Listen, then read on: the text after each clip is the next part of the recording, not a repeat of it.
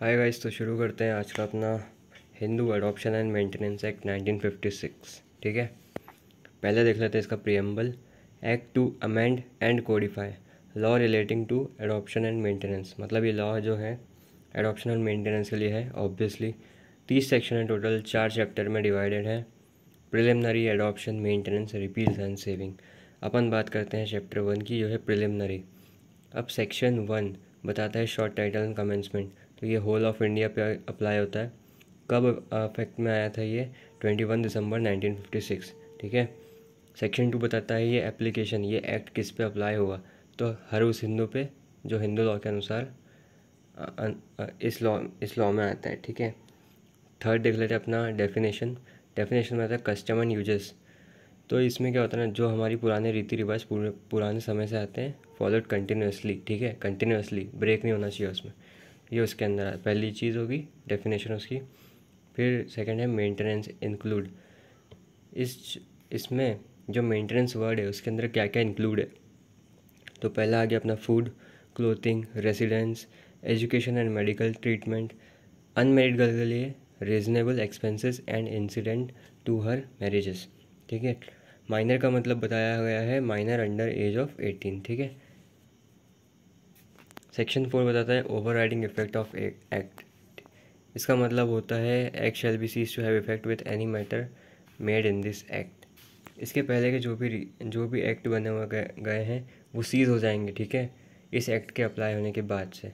अब जो भी गतिविधियाँ होंगी इस एक्ट के अनुसार वो इसके रूप से होगी। ठीक है। चैप्टर 2 अपना स्टार्ट करते हैं एडॉप्शन को लेके। सेक्शन 5 बात करता है adoption to be regulated by this chapter. Adoption among Hindus to be regulated by provisions of this chapter. अब इसमें क्या बताया गया है कि adoption in contravention of said provision shall be void. अगर इस पूरे एक्ट के अनुसार इसके अलावा कोई भी तरीके से अडॉप्शन किया गया है किसी चाइल्ड का, तो ये एक्ट उसे वॉइड कर देगा। ठीक है, मतलब अगर इसके अनुसार नहीं अडॉप्शन किया गया है तो वो वॉइड हो जाएगा, इसके अनुसार है तो वो वैलिड रहेगा। ठीक है। Valid adoption, no rights to adoptive family. Void में क्या होगा ना कि सामने वाली पार्टी जो अडॉप्ट करती है बच्चे को, उसको कोई भी राइट नहीं मिलेगा उसकी फैमिली को। ठीक है। सेक्शन 6 बात करता है रेक्यूसाइट्स ऑफ वैलिड एडॉप्शन। पहला आएगा अपना person adopting to have capacity and right to adopt. ये चीज़ बता दी है अपना सेक्शन 7 मेल के लिए और सेक्शन 8 फीमेल के लिए। Capacity of person giving in adoption ये बताता है section 9। Capacity of person being taken in adoption ये बताता है section 10। Compliance of other conditions ये बताता है section 11। Section 7 capacity of Hindu male to adopt ये बताता है कि एक हिंदू मेल को वो बच्चा कब अडॉप्ट कर सकता है। तो कोई भी हिंदू मेल वो 18 साल से बड़ा होना चाहिए, 18 या 18 साल से बड़ा होना चाहिए। ठीक है। और साउंड माइंड होना चाहिए, मतलब चुस्त दिमाग का होना चाहिए, है ना। If married then only adopt with his wife consent. अगर वो व्यक्ति शादीशुदा है तो उसकी वाइफ का कंसर्ट लगेगा। ठीक है। और इसमें लिखा है concert of wife not required. क्यों, कब नहीं रिक्वायर्ड होता है? रिनाउंस द वर्ल्ड, या तो वो अब संन्यास ले चुकी हो, सीज टू बी हिंदू, अगर उसने कन्वर्ट कर लिया हो अपने आप हिंदू धर्म से अलग कन्वर्ट कर लिया हो। ठीक है। और या तो वो चुस्त दिमाग की नहीं हो, अनसाउंड माइंड हो। अगर एक से ज़्यादा वाइफ है तो सबकी कंसेंट लेना ज़रूरी है। ठीक है। और सेक्शन 8 में भी सेम ही है, बस इसमें मेल की जगह फीमेल आ जाएगा। ठीक है। Capacity of Hindu female to adopt, इसमें भी सब वही है कि 18 या 18 साल से बड़ी होनी चाहिए, साउंड माइंड होना चाहिए, हस्बैंड का कंसेंट ज़रूरी है। ठीक है। हस्बैंड का कंसेंट कब ज़रूरी नहीं है? अगर वो रिनाउंस कर चुका हो, सीज हो गया, मतलब कन्वर्ट हो चुका हो किसी और धर्म में, या अनसाउंड माइंड हो। ठीक है। सेक्शन 9 बात करता है person capable of giving in adoption. पहले देख लेते हैं फादर मदर के राइट्स, देख लेते हैं।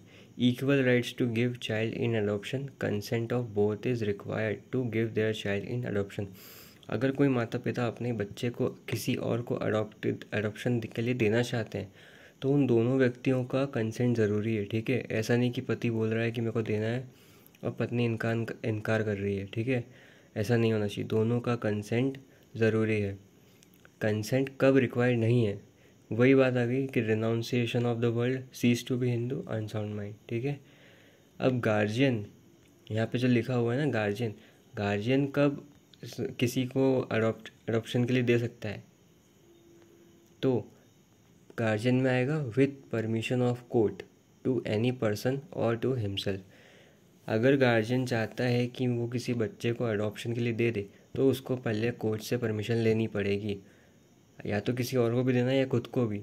अगर ऐसे देखा होगा ना, आपने सुना होगा, कोर्ट में जाकर रजिस्टर करवाना पड़ता है कि हम इस बच्चे को अडॉप्ट कर रहे हैं। ठीक है, और किस, अगर बोथ पेरेंट्स, मतलब परमिशन चाहिए कोर्ट के कोर्ट पर, with permission of court to any person और to himself if both parent, अगर डेड हैं, मर चुके हैं दोनों पेरेंट्स, पता नहीं है पता नहीं है ना, रिनाउंस कर चुके हैं दोनों ने ही, अपनी दुनियादारी से मोह माया त्याग दी है।